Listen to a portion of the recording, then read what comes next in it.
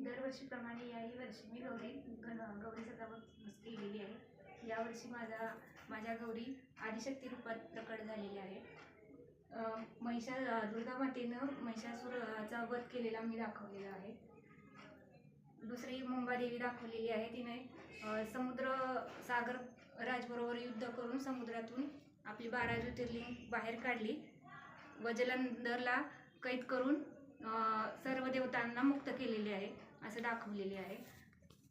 तिसरी मी दुर्गा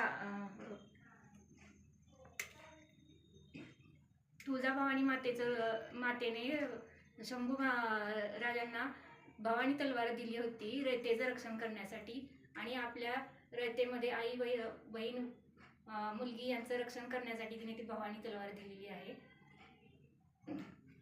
द्वापार युगात श्रीकृष्णाने द्रौपदीचे वस्त्रहरण होत असताना तिचं रक्षण केलेले आहे।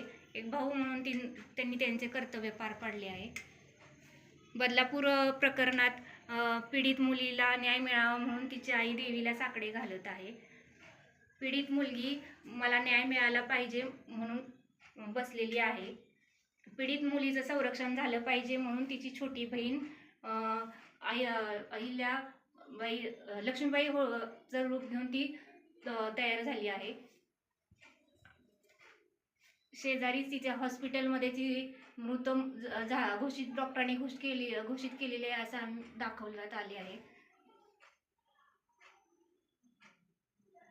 कोलकाता रेप प्रकरणात डॉक्टर मोमिता देवनाथीचं मर्डर करण्यात आला तेव्हा तो संजय रॉयला अटक करावी अशी सगळ्यांनी न्याय मिळावा म्हणून आय वॉन्ट जस्टिस म्हणून दाखवण्यात आले आहे।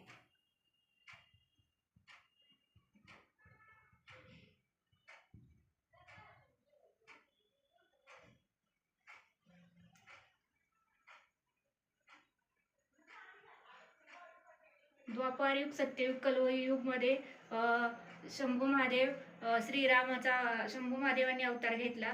नंतर द्वापारयुगात श्रीकृष्णाने अवतार घेतला आणि कलियुगात जो राक्षसी अत्याचार करत आहे त्याच्यावर नियंत्रण राखण्यासाठी प्रत्येकाने सज्ज झाले पाहिजे। त्यासाठी मुलीला संरक्षण मिळावं म्हणून प्रत्येक घरोघरी मुलीच्या संरक्षणासाठी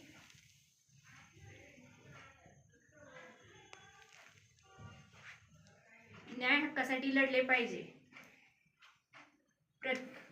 प्रत्येक मुलगी डॉक्टर शिक्षक अशा स्कूल शाळा कॉलेजमध्ये एक अधिकारी नेमले पाहिजे। महिला पोलीस अधिकाऱ्यांची नेमणूक झाली पाहिजे।